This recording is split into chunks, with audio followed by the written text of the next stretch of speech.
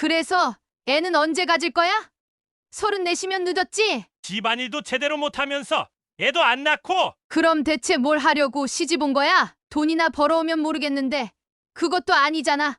그런 계집애는 맞아도 싸. 우리 아들 너 만나고 인생 꼬였어. 원래 사업 잘하던 사람이야. 똑똑히 들어. 며느리 내년까지 애 안 가지면 이혼해, 알아들었어?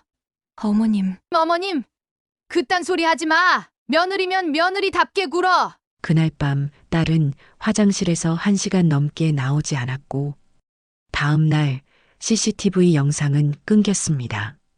그리고 그날 이후 딸의 모습은 영상 속에서 완전히 사라졌습니다. 연락은 끊겼고 휴대폰 위치는 신혼집이 아닌 충남의 한 전원주택. 도대체 거기서 무슨 일이 벌어지고 있는 걸까요? 구독과 좋아요 눌러주시면 지금 바로 그 충격적인 이야기 시작하겠습니다. 서울 외곽반 지하주택가, 겨울 오후의 차가운 햇살이 작은 창문 사이로 비스듬히 들어옵니다. 문기태는 작업대 앞에서 고장난 방범 카메라를 분해하고 있었습니다. 71의 나이에도 불구하고 손놀림은 여전히 정확했죠. 전직 군 정보보안 장교였던 경험이 이런 정밀한 작업에 도움이 되었습니다. 따르릉 핸드폰 벨소리가 작업실을 가득 채웠습니다. 화면에 딸 다혜라는 이름이 떴어요. 기태는 반가운 마음으로 전화를 받았습니다. 응, 다혜야. 아빠. 핸드폰 너머로 들려오는 딸의 목소리가 이상했습니다. 평소보다 훨씬 작고 떨리고 있었어요. 마치 누군가에게 들킬까봐 조심하는 것 같았죠. 왜 그래? 무슨 일이야? 기태는 즉시 긴장했습니다. 오랜 정보보안 경험으로 단련된 직감이 위험 신호를 감지했거든요. 아빠, 괜찮으세요? 건강하시죠? 다혜가 물었지만 목소리엔 평소의 밝음이 전혀 없었습니다. 아빠는 괜찮은데 너 목소리가 왜 그래? 어디 아프니? 기태가 걱정스럽게 물었습니다. 아니에요, 그냥 좀 피곤해서요. 다혜가 대답했지만 말끝이 흐려졌습니다. 그리고 잠시 침묵이 흘렀어요. 기태는 뭔가 심상치 않음을 느꼈습니다. 2년 전 결혼한 후로 딸과의 통화는 현저히 줄어들었고 통화할 때마다 이런 어색함이 있었거든요. 예전에 활발하고 밝았던 다혜는 어디 간 걸까요? 다혜야, 혹시 집에서 무슨 일이라도 있는 거야? 아빠한테 숨기는 거 있지? 기태가 직접적으로 물었습니다. 아니에요, 그런 거 없어요. 그냥 아빠, 사실 하나만 부탁드릴 게 있어서 전화했어요. 다혜의 목소리가 더욱 작아졌습니다. 뭔데? 말해봐. 우리 집 도어락이 자꾸 오작동해서 너무 불안해요. 밤에 혼자 있을 때 갑자기 삐삐 소리가 나거나 비밀번호를 잘못 입력했다고 나오거나 그래서 문이 안 열릴 때도 있어요. 기태의 전문가적 직감이 발동했습니다. 도어락 오작동은 여러 원인이 있을 수 있지만 딸의 불안한 목소리와 조심스러운 말투가 더 큰 문제를 암시하는 것 같았어요. 그럼 아빠가 한번 봐줄까? 내일 시간 되면 집에 들를게. 방범 장비는 아빠가 제일 잘 아니까. 정말이요? 다혜의 목소리에 처음으로 안도감이 섞였습니다. 근데 미리 말씀드리자면 재훈이가 좀 예민할 수도 있어요. 요즘 스트레스가 많아서. 스트레스? 무슨 스트레스? 기태가 날카롭게 물었습니다. 아, 그냥 일 때문에 그래요. 별거 아니에요. 그때였습니다. 전화 너머로 남자의 목소리가 들렸어요. 누구랑 그렇게 오래 통화해? 사위 정재훈의 목소리였습니다. 목소리 톤이 상당히 날카롭고 짜증스러웠어요. 아빠예요. 다혜가 움츠러든 목소리로 대답했습니다. 또 아버님한테 뭔 소리 하는 거야? 전화 줘봐. 재훈이 전화를 가로챘습니다. 아, 안녕하세요, 아버님. 다혜가 요즘 좀 예민해서 괜한 소리 했을 텐데 신경 쓰지 마세요. 저희가 알아서 해결할게요. 아니야, 도어락이 고장났다니까 내가 한번 봐주려고. 내일 시간 되면. 아, 그럴 필요 없어요. 제가 수리업체 불러서 해결하겠습니다. 아버님께서 멀리서 오실 필요 없어요. 재훈의 말투에는 거부감이 역력했습니다. 기태는 이상함을 느꼈어요. 왜 장인어른이 도와주겠다는 걸 그렇게 극구 거부하는 걸까요? 괜찮아. 어차피 근처에 일이 있어서. 그냥 간단히 보고 올게. 아, 네, 그럼. 재훈이 마지못해 동의했습니다. 전화가 끊어진 후 기태는 한동안 멍하니 앉아 있었습니다. 딸의 떨리는 목소리, 사위의 과도한 개입과 거부감, 그리고 갑작스럽게 바뀐 통화 분위기까지 뭔가 숨겨진 게 있다는 확신이 들었습니다. 여보, 다혜 어떻대요? 부엌에서 설거지를 하던 아내가 물었습니다. 이상해. 목소리가 완전히 달라졌어. 그리고 재훈이 태도도 이상하고. 기태가 심각한 표정으로 답했습니다. 뭔가 숨기는 게 있는 것 같아요? 확실해. 내일 직접 가서 확인해 봐야겠어. 기태는 작업대로 돌아가 공구 가방을 정리하기 시작했습니다.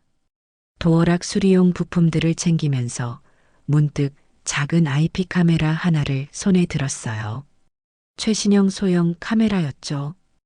혹시 모를 상황에 대비해서 가져가야겠다는 생각이 들었습니다. 그날 밤 기태는 잠들기 전까지 딸 걱정으로 뒤척였습니다. 전직 정보보안 장교로서 수많은 위험 상황을 경험했지만 자신의 딸에게 무슨 일이 일어나고 있는지 알 수 없다는 게 가장 답답했어요. 하지만 내일이면 모든 게 분명해질 거라고 생각했습니다. 기태는 알지 못했습니다. 그 작은 카메라 하나가 딸의 숨겨진 지옥 같은 현실을 드러내게 될 줄은 말이죠. 다음 날 아침 기태는 평소보다 일찍 일어나 공구 가방을 챙겼습니다. 도어락 수리용 부품들과 함께 작은 IP 카메라도 조심스럽게 넣었어요. 혹시 모를 상황에 대비해서 말이죠. 다혜 집에 다녀올게. 기태가 아내에게 말했습니다. 조심히 다녀와요. 그리고 딸 상태 좀 자세히 봐주세요. 기태는 지하철을 타고 딸의 신혼집이 있는 동쪽 외곽으로 향했습니다. 아파트 단지에 도착해 엘리베이터를 타며 마음속으로 딸을 만날 준비를 했어요. 뭔가 이상한 점이 있다면 놓치지 않겠다고 다짐했습니다. 띵동. 초인종을 누르자 곧바로 문이 열렸습니다. 다혜가 나타났는데 기태는 깜짝 놀랐어요. 딸의 얼굴이 많이 야위어 있었거든요. 눈 밑에는 다크서클이 짙었고 평소보다 화장을 진하게 한 것 같았습니다. 아빠 오셨어요? 다혜가 어색하게 웃으며 인사했습니다. 다혜야. 많이 마른 것 같은데 괜찮아? 기태가 걱정스럽게 물었습니다. 네, 괜찮아요. 다이어트 중이에요. 다혜가 대답했지만 목소리에 힘이 없었어요. 거실로 들어서자 사위 정재훈이 소파에 앉아 있었습니다. 평일 오전인데도 집에 있는 게 신경 쓰였어요. 재훈은 기태를 보고 어색하게 일어났습니다. 안녕하세요, 아버님. 일찍 오셨네요. 응, 도어락 좀 봐주려고. 그런데 너 오늘 회사 안 가니? 아, 오늘 휴가예요. 재훈이 빠르게 대답했습니다. 하지만 기태는 재훈의 표정에서 거짓말하는 듯한 느낌을 받았어요. 기태는 현관 도어락을 살펴보기 시작했습니다. 겉보기엔 별다른 이상이 없어 보였지만 자세히 확인해 보니 배터리 접촉 부분에 문제가 있었어요. 이거 배터리 접촉이 불량이네. 습기 때문인 것 같아. 금방 고쳐줄게. 기태가 말하며 공구를 꺼냈습니다. 수리하는 동안 딸과 사위의 대화를 엿들을 수 있었어요. 재훈이 다혜에게 작은 목소리로 뭔가 지시하는 것 같았습니다. 커피 좀 타와. 그리고 아버님께 과자도 드려. 네. 다혜가 고개를 끄덕이며 부엌으로 향했습니다. 기태는 도어락 수리를 마치고 거실을 둘러봤습니다. 깔끔하게 정리되어 있었지만 뭔가 딱딱하고 차가운 느낌이었어요. 결혼사진도 보이지 않았고 다혜의 개인 물건들도 거의 눈에 띄지 않았습니다. 다혜야, 요즘 회사 일은 어때? 기태가 딸에게 물었습니다. 괜찮아요, 아빠. 바쁘긴 하지만. 다혜가 대답하려는 순간 재훈이 끼어들었습니다. 다혜가 요즘 스트레스를 많이 받아서요. 집에서 쉬게 하려고 해요. 기태는 이상함을 느꼈습니다. 왜 딸이 대답하기도 전에 사위가 계속 끼어드는 걸까요? 그런데 아버님, 도어락 고장이 자주 나는 편인가요? 재훈이 물었습니다. 아니지. 보통은 오래 써도 문제 없어. 근데 습기나 외부 충격이 있으면 이런 일이 생길 수 있어. 기태가 설명했습니다. 그때 기태는 문득 생각났습니다. 딸이 밤에 혼자 있을 때 불안하다고 했던 말 말이에요. 다혜야, 밤에 무서우면 작은 카메라라도 하나 설치해 두는 게 어떨까? 요즘 뉴스 보면 무서운 일들이 많잖아. 1인 가구나 신혼부부들 노리는 범죄자들 말이야. 다혜의 눈이 번뜩였습니다. 그게 좋을 것 같아요, 아빠. 정말 밤에 무서울 때가 있거든요. 하지만 재훈의 표정이 순간 굳어졌어요. 아버님, 그런 거 없어도 될 것 같은데요. 이 동네가 원래 안전하거든요. 안전해도 만약을 위해서지. 요즘 카메라도 작고 성능 좋은 게 많아. 기태가 고집했습니다. 재훈이 눈치를 보더니 마지못해 동의했어요. 그럼 작은 걸로 하나만요. 기태는 가방에서 손바닥만 한 IP 카메라를 꺼냈습니다. 최신형 소형 카메라로 별도 전원이나 복잡한 설치 없이도 와이파이만 연결하면 됐어요. 이거 거실 한쪽 구석에 놓아두면 돼. 스마트폰으로도 확인 가능하고. 기태가 설명하며 TV 근처 선반에 카메라를 설치했습니다. 설치하는 동안 기태는 재훈의 표정을 계속 관찰했어요. 분명히 불편해하고 있었지만 장인어른 앞에서 직접적으로 반대하기는 어려운 상황이었죠. 자, 이제 됐다. 이 앱으로 언제든지 확인할 수 있어. 기태가 다혜의 핸드폰에 앱을 설치해 주었습니다. 고마워요, 아빠. 이제 좀 안심이 돼요. 다혜가 진심으로 고마워했습니다. 집을 나서기 전 기태는 딸을 잠깐 따로 불렀어요. 다혜야, 정말 괜찮은 거지? 뭔가 힘든 일 있으면 언제든 아빠한테 말해. 네, 아빠. 걱정 마세요. 다혜가 웃으며 대답했지만 그 웃음이 억지스러워 보였습니다. 집으로 돌아가는 길에 기태는 계속 생각에 잠겼어요.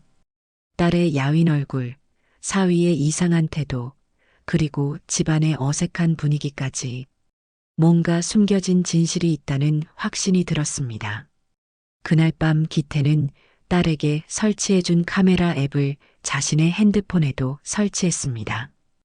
혹시 모를 상황에 대비해서 말이죠.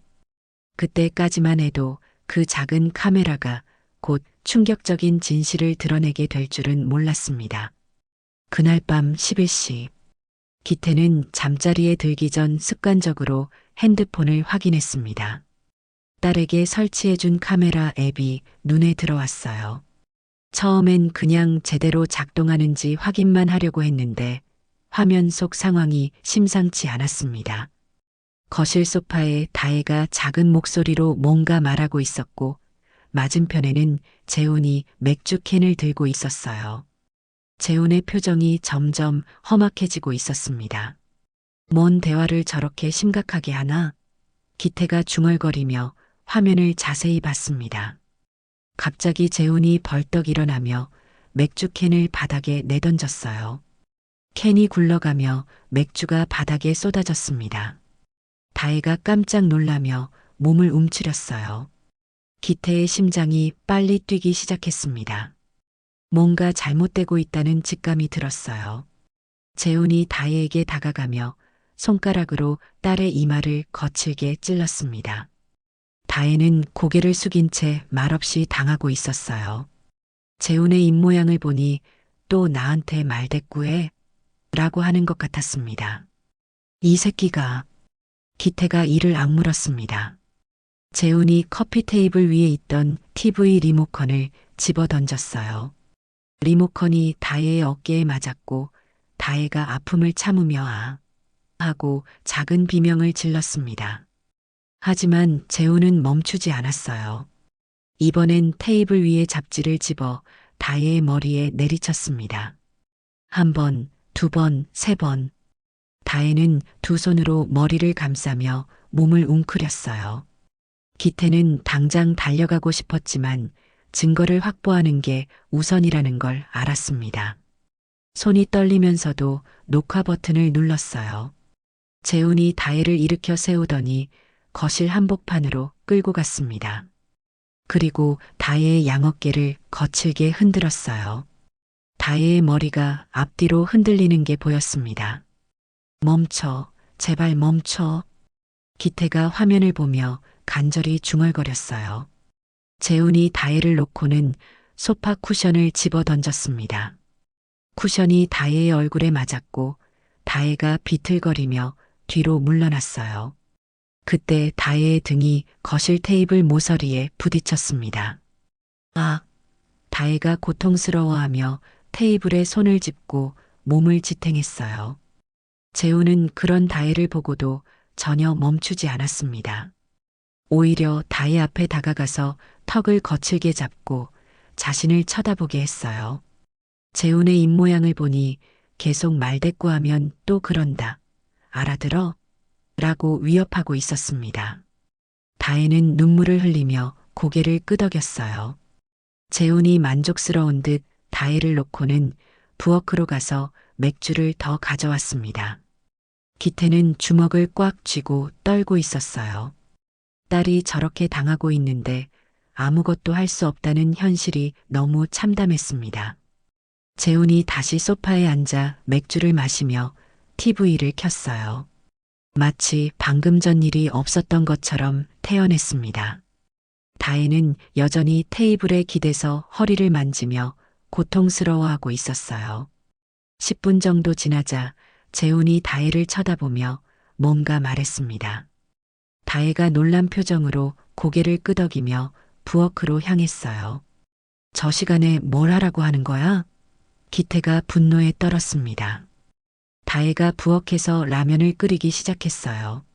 밤 12시가 다 되어가는 시간인데도 말이죠.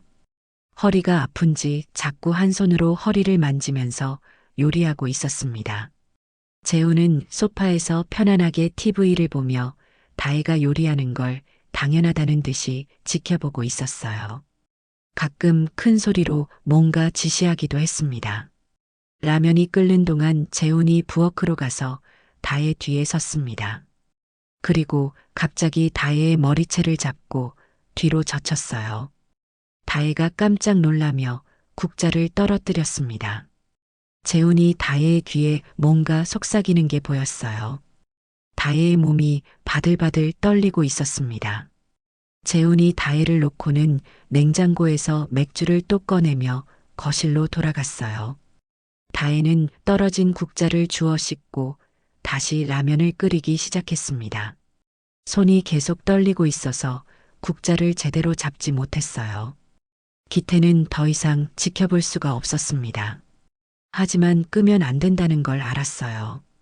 이 모든 게 증거가 되어야 딸을 구할 수 있으니까요. 라면을 다 끓인 후 다혜가 그릇에 담아 재훈에게 갖다 줬습니다. 재훈은 한 젓가락 먹어보고는 인상을 찌푸렸어요. 그리고 그릇을 바닥에 던져버렸습니다. 그릇이 깨지면서 뜨거운 라면이 바닥에 쏟아졌어요. 다혜가 깜짝 놀라며 뒤로 물러났습니다. 재훈이 일어나서 다혜에게 다가가며 화를 내기 시작했어요. 다혜는 바닥에 엎드려 깨진 그릇을 주우며 계속 사과했습니다. 뜨거운 국물에 손이 대었는지 하고 작은 비명을 질렀어요. 하지만 재훈은 전혀 신경 쓰지 않고 다혜를 계속 질책했습니다. 기태는 눈물이 날 것 같았어요. 딸이 저렇게 굴욕을 당하고 있는데 아무것도 해줄 수 없다는 게 너무 괴로웠습니다. 다혜가 바닥을 다 닦고 다시 라면을 끓이러 부엌으로 갔어요. 이번엔 더욱 조심스럽게 요리했습니다. 재훈은 소파에 앉아 다혜를 감시하듯 지켜보고 있었어요. 새벽 1시가 넘어서야 모든 게 끝났습니다. 다혜가 새로 끓인 라면을 재훈에게 갖다 주고 재훈이 먹는 동안 바닥에 앉아 기다렸어요. 기태는 앱을 종료하고 깊은 숨을 쉬었습니다. 이건 한두 번이 아니야. 분명히 더 많은 일들이 있을 거야. 그 충격적인 밤 이후 기태는 며칠 동안 딸의 집을 몰래 모니터링했습니다. 매일 밤 같은 패턴이 반복됐어요. 재훈의 폭언과 물건 던지기, 다혜의 눈물과 굴복, 그리고 새벽까지 이어지는 강요된 집안일까지. 이 새끼 정말. 기태는 증거 영상을 보며 이를 악물었습니다. 그러던 어느 토요일 오후 카메라 화면에 낯선 사람들이 나타났어요. 중년 부부였는데 재훈이 극진히 모시는 걸 보니 시부모인 것 같았습니다. 시댁이 왔네. 기태가 화면을 자세히 봤습니다. 시어머니는 60대 초반으로 보였고 첫 인상부터 까칠해 보였어요. 집안을 둘러보며 뭔가 흠을 잡으려는 듯한 표정이었습니다. 시아버지는 조용히 앉아 있었지만 다혜를 보는 시선이 차갑기만 했어요. 다혜가 정중하게 인사하며 차를 준비했습니다. 하지만 시어머니의 반응은 냉담했어요. 차를 한 모금 마시고는 인상을 찌푸렸습니다. 이게 뭐야? 차도 제대로 못 우려? 시어머니의 목소리가 날카로웠습니다. 죄송해요. 다시 우려드릴게요. 다혜가 황급히 사과했어요. 다시 차 한 잔도 제대로 못 우리면서 며느리 노릇이나 제대로 하겠어? 시어머니가 비아냥거렸습니다. 재훈은 옆에서 어머니 편을 들었어요. 다혜가 요즘 정신이 없어서 그래요, 어머니.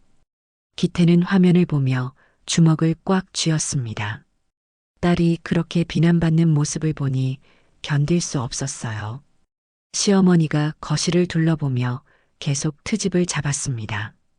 집 정리도 엉망이고 결혼한 지 2년이나 됐는데 아직도 이 모양이야? 정말 죄송해요. 다혜가 고개를 숙였습니다.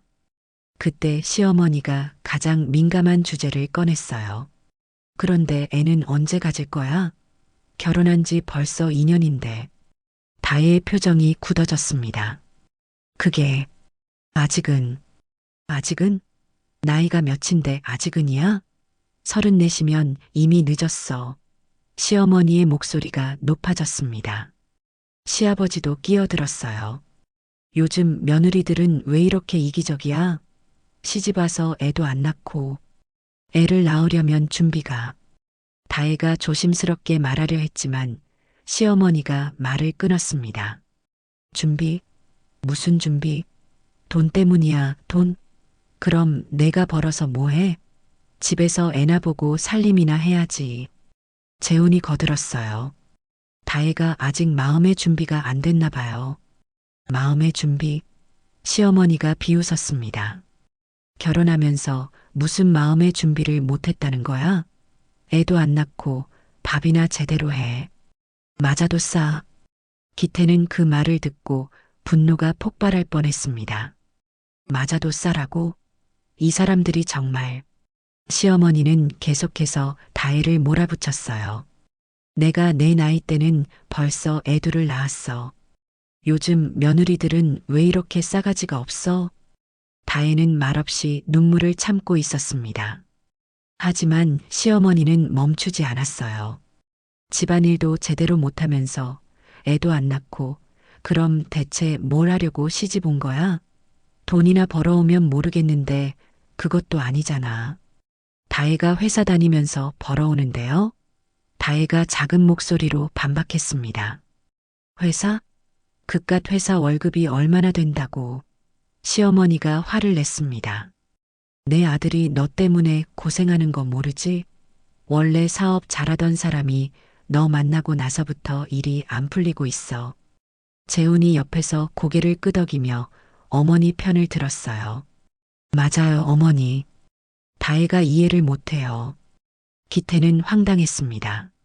재훈이 무직이라는 걸 시부모들도 모르는 건지 아니면 알면서도 딸에게 책임을 떠넘기는 건지 알 수 없었어요. 시어머니가 일어나서 다혜 앞에 섰습니다. 똑똑히 들어, 며느리. 내년까지 애 안 가지면 이혼해.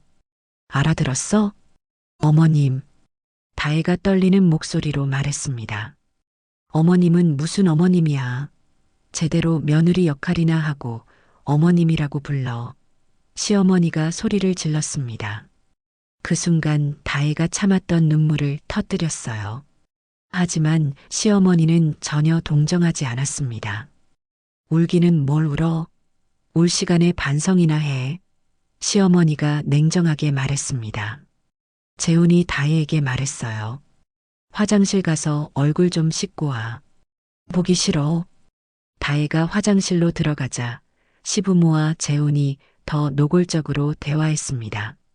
저런 며느리 어디서 데려온 거야? 시아버지가 말했습니다. 제가 잘못 봤나 봐요. 재훈이 대답했어요. 애도 안 낳는 며느리가 어디 있어? 차라리 이혼하고 다른 여자 만나는 게 나을 것 같은데. 시어머니가 말했습니다. 기태는 더 이상 들을 수가 없었어요. 딸이 화장실에 1시간 넘게 나오지 않는 게 보였습니다. 아마 안에서 울고 있을 거라고 생각하니 마음이 찢어졌어요. 시부모가 떠난 후에도 재훈의 폭언은 계속됐습니다. 어머니 앞에서 창피하게 울기까지 하고 정말 한심해. 그날 밤 평소보다 더 심한 폭력이 이어졌습니다. 재훈이 다혜에게 물건을 던지고 머리채를 잡고 흔들었어요. 다혜는 계속 사과했지만 재훈의 분노는 쉽게 가라앉지 않았습니다. 기태는 그 모든 걸 녹화하며 결심했습니다. 더 이상은 안 돼. 뭔가 해야 해. 그런데 그 다음 날 충격적인 일이 벌어졌습니다. 카메라 영상이 갑자기 끊어진 거예요. 연결이 끊어졌습니다. 핸드폰 화면에 뜬 메시지를 보며 기태는 불안해졌습니다. 어제까지 멀쩡히 작동하던 카메라가 갑자기 끊어진 거예요. 기태는 즉시 앱을 껐다 켜보고 와이파이 연결도 확인해 봤습니다. 하지만 계속 같은 메시지만 떴어요. 카메라에 접근할 수 없습니다. 뭔가 잘못됐어. 기태가 중얼거렸습니다. 카메라가 고장날 리는 없었어요. 얼마 전에 설치한 최신형이었으니까요. 기태는 딸에게 전화를 걸어봤습니다. 1번, 2번, 3번. 하지만 계속 연결되지 않았어요. 문자도 보내봤지만 답장이 없었습니다. 이상해. 평소 같으면 바로 답장하는데. 기태의 불안감이 커져갔습니다. 다음 날에도 연락이 되지 않았어요. 기태는 참을 수 없어서 딸의 직장에 전화해봤습니다. 다혜 씨요? 아, 이번 주 내내 병가 내셨는데요. 동료의 대답이었습니다. 병가요?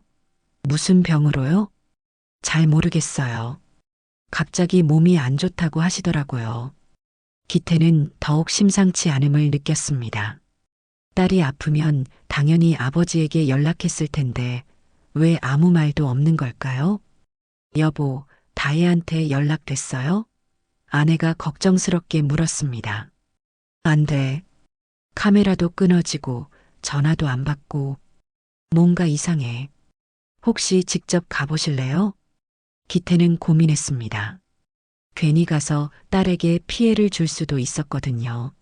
하지만 이 상황을 그냥 넘길 수는 없었어요. 다음 날 오후 기태는 딸의 신혼집으로 향했습니다. 아파트 단지에 도착해 딸이 사는 층으로 올라갔어요. 띵동, 띵동. 초인종을 눌러봤지만 아무 반응이 없었습니다. 기태는 문에 귀를 대고 안쪽 소리를 들어봤어요. 하지만 조용하기만 했습니다. 마치 아무도 없는 것처럼 말이죠. 다혜야, 아빠야. 있으면 문 좀 열어봐. 기태가 문을 두드리며 말했습니다. 여전히 아무 대답이 없었어요. 기태는 옆집 초인종을 눌러봤습니다. 네, 누구세요? 중년 여성의 목소리였습니다. 안녕하세요. 옆집 다혜 아버지인데요. 혹시 며칠 전부터 집에 사람이 있는지 보셨나요? 아, 그 집이요? 며칠 전부터 아무도 안 들어오는 것 같던데요. 보통 저녁에 들어오는 소리가 나는데 요즘은 조용해요. 기태의 가슴이 철렁 내려앉았습니다. 혹시 언제부터 그랬는지 기억나세요? 글쎄요, 한 4-5일 전부터인 것 같아요. 그 전까지는 밤늦게까지 시끄러웠는데 말이에요. 시끄러웠다고요? 네, 남자 목소리로 소리 지르고 뭔가 던지는 소리도 나고 부부싸움인가 보다 했는데 기태는 충격을 받았습니다. 이웃들도 알 정도로 소리가 났다는 건 자신이 카메라로 본 것보다 더 심각한 상황이었을 수도 있다는 뜻이었어요. 혹시 최근에 이사 가는 걸 보셨나요? 아니요, 그런 건 못 봤어요. 그냥 갑자기 조용해졌어요. 기태는 고맙다고 인사하고 딸의 집 앞으로 돌아왔습니다. 문을 다시 두드려 봤지만 여전히 반응이 없었어요. 다혜야, 정말 괜찮은 거야? 아빠 너무 걱정돼. 기태가 문에 대고 말했습니다. 그때 복도 끝에서 발자국 소리가 들렸어요. 기태가 돌아보니 관리사무소 직원이 올라오고 있었습니다. 무슨 일이세요? 직원이 물었습니다. 제 딸이 이 집에 사는데 며칠째 연락이 안 돼서 왔어요. 혹시 확인해 볼 수 있을까요? 신분증 확인하고 딸분 신분증도 확인해 봐야 하는데요. 기태는 신분증을 보여주며 사정했습니다. 정말 걱정돼서요. 평소에 연락 잘하던 애가 갑자기. 직원이 고민하더니 말했어요. 일단 관리사무소로 오세요. 확인해 보겠습니다. 관리사무소에서 확인한 결과 며칠 전부터 전기 사용량이 거의 없었다고 했어요. 완전히 비어 있는 건 아니지만 평소보다 현저히 적었습니다. 혹시 임대인 연락처 알 수 있을까요? 기태가 물었습니다. 그건 개인정보라서 어려워요. 대신 경찰에 신고하시면 도움 받으실 수 있을 것 같은데요. 기태는 집으로 돌아가며 깊은 생각에 잠겼습니다. 경찰에 신고해야 할까? 하지만 뭐라고 신고해야 할까요?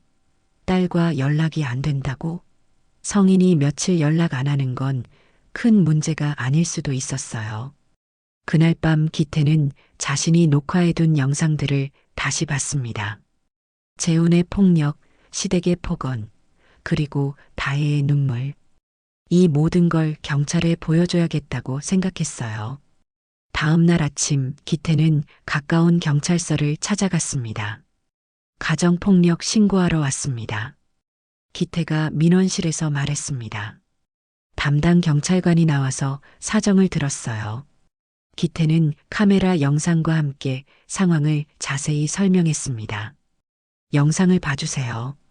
제 딸이 맡고 있어요. 경찰관이 영상을 확인했지만 반응은 냉담했습니다.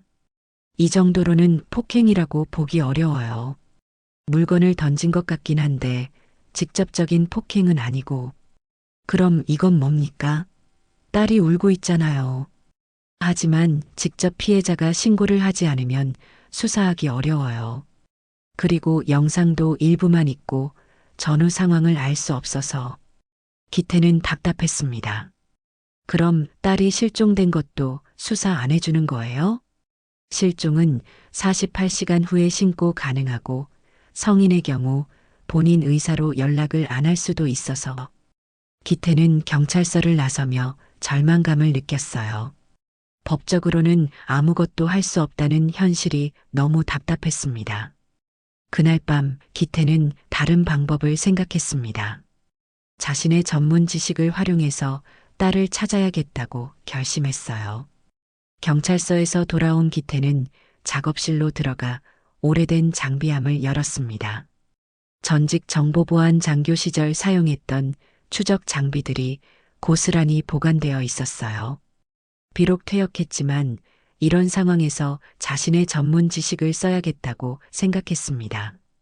딸아, 아빠가 꼭 찾아낼게. 기태가 다혜의 사진을 보며 다짐했습니다. 기태는 먼저 다혜의 스마트폰 위치 추적을 시도했어요. 예전에 다혜가 핸드폰을 분실했을 때 찾아준 적이 있어서 백업 데이터와 패턴을 알고 있었거든요. 다행히 GPS는 켜져 있네. 기태가 컴퓨터 화면을 보며 중얼거렸습니다. 하지만 추적 결과는 예상과 달랐어요. 신혼집이 아닌 전혀 다른 곳에서 신호가 잡혔습니다. 충남 아산 외곽의 한 전원주택 지역이었어요. 아산? 재훈이 고향이 아산이라고 했던 것 같은데. 기태가 기억을 되짚어 봤습니다. 기태는 즉시 그 주소를 검색해 봤어요. 내비게이션으로 확인하니 서울에서 차로 2시간 거리였습니다. 주변은 논밭과 산으로 둘러싸인 외진 곳이었어요. 왜 거기에 있는 거지? 기태는 불안감이 커졌습니다.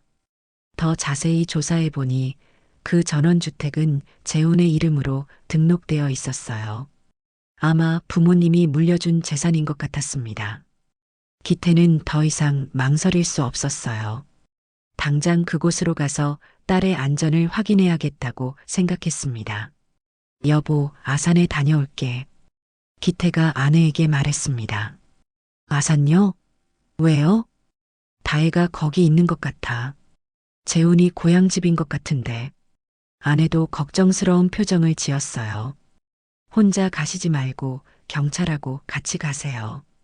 경찰은 도움이 안 돼. 일단 내가 직접 확인해 보고. 기태는 차를 몰고 아산으로 향했습니다. 고속도로를 달리며 온갖 생각이 머릿속을 스쳤어요. 딸이 괜찮을까? 혹시 더 심한 일을 당하고 있는 건 아닐까? 2시간 후 기태는 목적지 근처에 도착했습니다. 내비게이션이 안내한 곳은 정말 외진 시골 마을이었어요. 논밭 사이로 몇 채의 전원주택이 듬성듬성 보였습니다. 기태는 차를 멀리 세우고 걸어서 접근했어요. 혹시 자신의 존재가 들킬까봐 조심스럽게 움직였습니다. 목표 지점에 도착하니 2층짜리 전원주택이 보였어요. 대문은 굳게 닫혀 있었고 창문에는 커튼이 쳐져 있어서 안이 보이지 않았습니다. 정말 여기 있는 건가? 기태가 조심스럽게 집 주변을 살펴봤습니다. 주차장에는 재훈의 차로 보이는 검은색 승용차가 세워져 있었어요. 번호판을 확인해 보니 재훈 명의가 맞았습니다. 기태는 집 뒤편으로 돌아가 담장 너머로 엿보려 했어요. 다행히 뒤쪽은 낮은 담장이어서 살짝 올라가면 앞마당이 보였습니다. 기태가 깜짝 놀랐습니다. 앞마당 끝쪽에 작은 창고 같은 건물이 있었는데 그 창문 하나가 철창으로 막혀 있었거든요. 저건 뭐지? 왜 창문에 철창을? 기태는 섬뜩한 기분이 들었습니다. 그때 메인 하우스에서 재훈이 나왔어요. 기태는 황급히 몸을 숨겼습니다. 재훈이 창고 쪽으로 걸어가는 게 보였어요. 재훈이 창고 문을 열고 안으로 들어갔습니다. 그리고 곧이어 안에서 목소리가 들렸어요. 밥 먹어. 재훈의 목소리였습니다. 그 다음 들린 목소리에 기태는 온몸이 얼어붙었어요. 아빠한테 연락하고 싶어요. 제발. 분명히 다혜의 목소리였습니다. 아빠가 뭘 해줄 수 있는데? 그 늙은이가? 재훈이 비웃었습니다. 아빠가 걱정하실 거예요. 한 번만. 닥쳐. 이혼 같은 소리 하면 너 그날로 끝나는 거야. 알아들었어? 기태는 분노로 온몸이 떨렸습니다. 딸이 저런 협박을 받으며 감금당하고 있다니. 당장 뛰어들어가고 싶었지만 혼자서는 위험할 수 있었어요. 재훈이 창고에서 나와 다시 메인 하우스로 들어갔습니다. 기태는 조금 더 기다렸다가 창고 쪽으로 조심스럽게 접근했어요. 철창이 있는 작은 창문 밑으로 가서 작은 목소리로 불러봤습니다. 다혜야. 누구세요? 안에서 놀란 목소리가 들렸습니다. 다혜야, 아빠야. 아빠. 다혜의 목소리에 놀라움과 안도감이 섞여 있었어요. 아빠 어떡해? 괜찮아? 다친 데는 없어? 아빠, 저 여기서 나갈 수 없어요. 재훈이가 문을 잠가놨어요. 그리고 이혼하면 죽인다고. 기태의 가슴이 미어졌습니다. 걱정 마, 아빠가 반드시 구해줄게. 그런데 여긴 언제부터 있었어? 일주일 전부터요. 갑자기 여기로 데려와서. 지금 몸은 괜찮아? 조금 아프긴 하지만. 아빠, 빨리 나가세요. 재훈이가 보면 안 돼요. 알았어. 일단 나갈게. 반드시 구해낼 테니까 조금만 참아. 기태는 마음이 급했지만 신중하게 행동해야 했어요. 혼자서 무작정 구출하려다가 딸이 더 위험해질 수 있었거든요. 기태는 조용히 그 자리를 떠나 차로 돌아왔습니다. 하지만 이번엔 단순히 경찰에 신고하는 것만으로는 부족하다고 생각했어요. 더 확실한 증거와 전략이 필요했습니다. 이제 진짜 전쟁이야. 기태가 이를 악물며 중얼거렸습니다. 전직 정보보안 장교의 모든 노하우를 동원해서 딸을 구출하고 재혼을 응징해야겠다고 다짐했어요. 기태는 알지 못했습니다. 이 일이 단순한 가정폭력을 넘어서 더 큰 사회적 파장을 일으키게 될 거라는 걸 말이죠. 서울로 돌아온 기태는 즉시 행동에 나섰습니다. 이번엔 혼자가 아니었어요. 전직 동료들에게 연락을 취했습니다. 군 정보보안 출신들로 이루어진 네트워크가 있었거든요. 김중사, 나야 문대위. 기태가 오랜만에 군대 계급으로 전화를 걸었습니다. 대위님, 무슨 일이세요? 급한 일이 생겼어. 도움이 필요해. 1시간 후 기태의 작업실에 3명의 중년 남성이 모였습니다. 김철수는 현재 보안업체 사장, 박민호는 법무법인에서 일하는 변호사, 이동욱은 IT 보안 전문가였어요. 상황이 이래. 기태가 지금까지의 모든 일을 설명했습니다. CCTV 영상부터 딸의 감금 상황까지 모든 걸 털어놨어요. 이건 단순한 가정폭력이 아니네. 박민호 변호사가 심각한 표정으로 말했습니다. 감금까지 했다면 중범죄야. 김철수가 거들었습니다. 이동욱이 기태가 보여준 영상들을 분석했어요. 화질도 좋고 증거 능력 충분해. 이걸로 고발하면 승산 있어. 하지만 직접적인 구출이 우선이지. 기태가 말했습니다. 박민호가 법적 조언을 했어요. 일단 긴급 체포 요청을 해야 해. 감금죄는 현행범 체포 가능하거든. 그런데 경찰이 움직여줄까? 김철수가 의문을 표했습니다. 움직이게 만들어야지. 기태의 눈에 결의가 보였습니다. 이동욱이 아이디어를 냈어요. 언론에 제보하는 건 어때? 요즘 가정폭력 이슈에 관심 많잖아. 언론? 기태가 되물었습니다. 그래, 여론의 힘을 이용하는 거야. 특히 CCTV 영상이 있으니까 임팩트가 클 거야. 박민호가 신중하게 말했습니다. 하지만 짧은 동의는 받아야 해. 개인정보 문제도 있고. 일단 구출부터 하고 나서 생각하자. 기태가 결정했습니다. 4명은 구체적인 계획을 세웠어요. 먼저 경찰에 정식 신고를 하고 동시에 언론에 제보할 준비를 하기로 했습니다. 다음 날 아침 기태는 박민호와 함께 경찰서를 다시 찾았습니다. 이번엔 변호사와 함께 왔으니 분위기가 달랐어요. 감금죄로 긴급 체포 요청합니다. 박민호가 법적 근거를 들어 요구했습니다. 담당 경찰관이 영상을 다시 보더니 표정이 심각해졌어요. 이 정도면 충분히 수사할 만하네요. 피해자 위치도 정확히 파악했습니다. 기태가 아산 전원주택 주소를 알려줬습니다. 경찰이 즉시 아산 관할서에 연락했고 오후에 현장 수색을 진행하기로 했어요.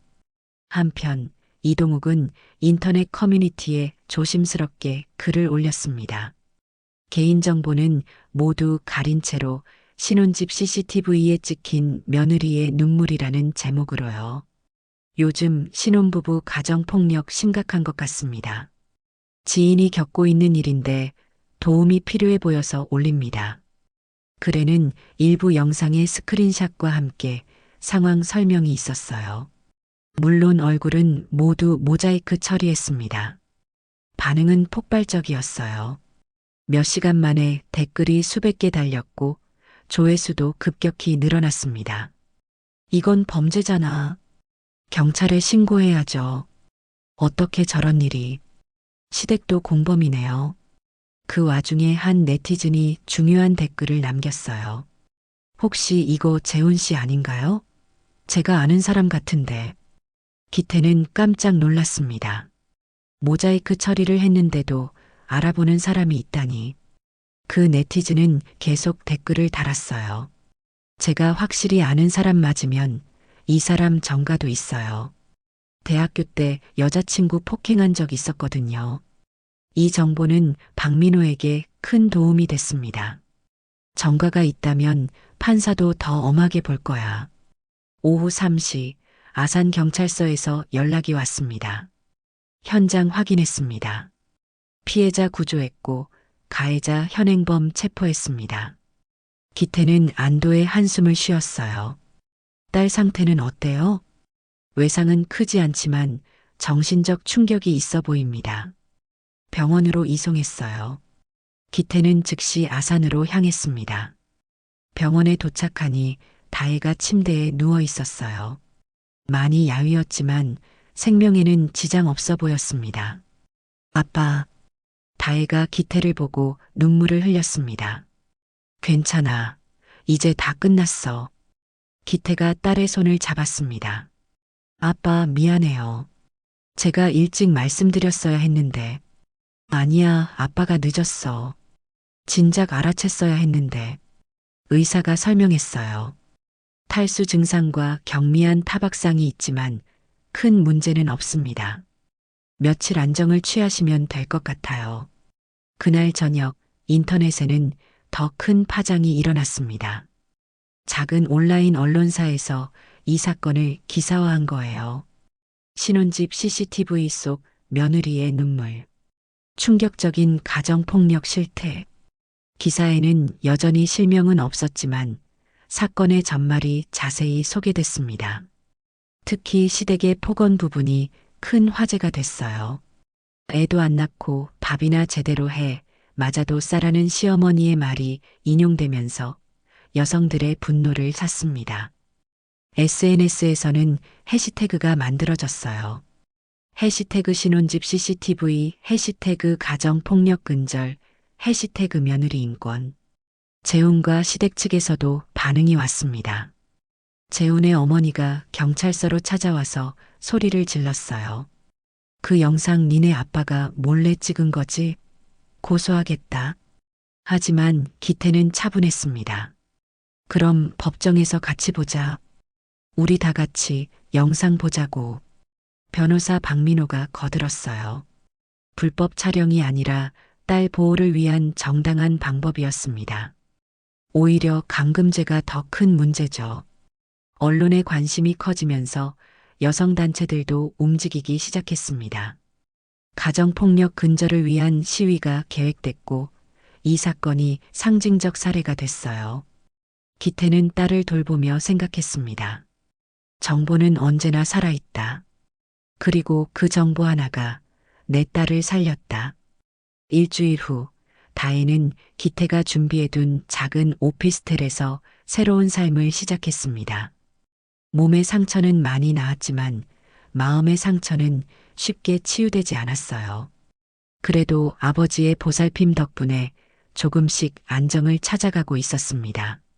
아빠, 정말 고마워요. 다혜가 기태에게 말했습니다. 아빠가 아니었다면 저는 이제 그런 말 하지 마. 앞으로만 보자. 기태가 딸의 어깨를 다독였습니다. 한편 이 사건의 여파는 생각보다 컸습니다. 온라인에서 시작된 작은 글이 주요 언론사들의 관심을 끌었거든요. 특히 가정폭력과 시댁 갈등이라는 민감한 주제가 맞물리면서 사회적 이슈가 됐어요. 신혼집 CCTV 논란, 가정폭력 은폐 실태 심각, 시댁의 며느리 폭언마저도 싸바람 파문, 정보보안 전문가 아버지가 구한 딸의 목숨, 기사들이 연일 쏟아졌습니다. 물론 실명은 여전히 공개되지 않았지만 사건의 구체적 내용들이 알려지면서 여론이 들끓었어요. 재훈은 강금죄와 폭행죄로 기소됐습니다. 특히 그의 전과 기록이 공개되면서 여론은 더욱 악화됐어요. 대학 시절 여자친구 폭행 사건뿐만 아니라 다른 여성들도 피해 사실을 제보하기 시작했습니다. 시어머니 역시 명예훼손과 모욕죄로 약식 기소됐어요. 맞아도 싸라는 발언이 녹화된 증거 때문에 변명의 여지가 없었습니다. 이런 일이 이렇게 커질 줄 몰랐어. 기태가 아내에게 말했습니다. 좋은 일이에요. 다른 피해자들도 용기를 낼 수 있을 거예요. 실제로 그랬습니다. 이 사건을 계기로 가정폭력 신고가 크게 증가했어요. 특히 시댁폭력에 시달리던 며느리들의 신고가 늘어났습니다. 여성단체들은 이 사건을 상징적 사례로 삼아 가정폭력 근절 캠페인을 벌였어요. CCTV는 감시가 아니라 보호라는 슬로건도 만들어졌습니다. 한 달 후 다혜는 중요한 결정을 내렸습니다. 익명을 조건으로 한 방송사 인터뷰에 응하기로 한 거예요. 정말 괜찮겠어? 기태가 걱정했습니다. 네, 아빠. 저와 같은 피해자들을 위해서라도 해야 할 것 같아요. 인터뷰 당일 방송국 스튜디오에서 다혜는 얼굴을 가린 채 인터뷰에 임했습니다. 목소리도 변조 처리됐지만 진정성 있는 이야기는 시청자들의 마음을 움직였어요. 처음엔 저도 이게 폭력인지 몰랐어요. 부부싸움이라고 생각했거든요. 하지만 점점 심해지고 시댁에서까지 그런 말을 들으니까 정말 절망적이었어요. 그래도 참으신 이유가 있으셨나요? 결혼하면 참아야 한다고 생각했어요. 그리고 이혼하면 주변에서 뭐라고 할까봐 두렵기도 했고요. 아버님의 CCTV 설치에 대해서는 어떻게 생각하세요? 다혜가 잠시 멈춘 후 대답했습니다. 처음엔 좀 당황스러웠어요. 하지만 지금 생각해보면 CCTV는 감시가 아니라 보호라는 걸 아빠가 알려주셨어요. 이 인터뷰는 큰 반향을 일으켰습니다. 시청률도 높았지만 무엇보다 사회적 메시지가 강했어요. 인터뷰 다음 날 기태에게 예상치 못한 연락이 왔습니다. 다른 가정폭력 피해자 가족들로부터였어요. 저희 딸도 비슷한 상황인 것 같은데 도움을 받을 수 있을까요? 아버님이 사용하신 방법을 저희도 적용해 볼 수 있을까요? 기태는 고민했습니다. 자신의 경험이 다른 가족들에게도 도움이 될 수 있을까요? 박민호 변호사가 제안했어요. 상담센터를 만드는 건 어때? 정보보안 전문가의 시각에서 가정폭력 피해자들을 도울 수 있을 것 같은데 내가 그런 일을 할 수 있을까? 충분히 할 수 있어. 이번 일만 봐도 그렇잖아. 재판 결과도 나왔습니다. 재훈은 징역 2년에 집행유예 3년을 선고받았어요. 강금죄가 인정됐지만 초범이라는 점이 참작됐습니다. 하지만 가정폭력 가해자 치료 프로그램 이수 명령도 함께 내려졌어요. 시어머니는 벌금 500만 원과 사회봉사 80시간을 선고받았습니다. 법정에서도 며느리 주제라고 중얼거려서 판사의 질책을 받기도 했어요. 다혜의 이혼 소송은 빠르게 진행됐습니다. 명백한 증거들 때문에 재훈 측에서 더 이상 다툴 여지가 없었거든요. 이제 정말 자유로워진 거예요. 다혜가 이혼 판결문을 받아들며 말했습니다. 그래, 이제 새로 시작하는 거야. 기태가 딸을 안아줬습니다. 6개월 후, 기태는 정말로 가정폭력 피해자 지원센터를 열었습니다. 안전한 집이라는 이름의 작은 센터였지만 정보보안 전문가다운 독특한 접근법으로 주목받았어요. 증거 수집부터 법적 대응까지 체계적으로 도와드립니다. CCTV 설치, 위치 추적, 통화 녹음 등 합법적 방법 안내. 센터에는 연일 상담 요청이 이어졌습니다. 기태의 경험담이 알려지면서 전국에서 도움을 요청하는 사람들이 찾아왔어요. 다혜도 센터에서 상담사로 일하기 시작했습니다. 직접 경험한 피해자로서 다른 여성들에게 큰 힘이 됐어요. 언니도 그런 일을 겪으셨구나. 그래서 저를 이렇게 잘 이해해 주시는 거예요. 한 상담자가 다혜에게 말했습니다. 네, 제가 겪었던 일이니까 여러분의 마음을 알아요. 혼자가 아니에요. 어느 저녁 기태는 센터에서 하루 일을 마치고 집으로 돌아갔습니다. 딸의 웃는 얼굴을 떠올리며 조용히 미소 지었어요. 정보는 언제나 살아있다. 그리고 그 정보 하나가 내 딸을 살렸다. 기태가 혼잣말했습니다. 이제는 더 많은 딸들을 살려야지. 그날 밤 기태는 마음 놓고 잠들 수 있었습니다. 딸이 안전하다는 것, 그리고 자신의 경험이 다른 사람들에게도 도움이 되고 있다는 것을 알았기 때문이었어요. 자식을 지키는 부모의 마음은 나이가 들어도 변하지 않습니다. 혹시 비슷한 경험이 있으시거나 주변에서 이런 일을 목격하신 적이 있으시다면 댓글로 나눠주세요. 여러분의 구독과 좋아요가 더 많은 사람들에게 이런 의미 있는 이야기를 전할 수 있는 힘이 됩니다.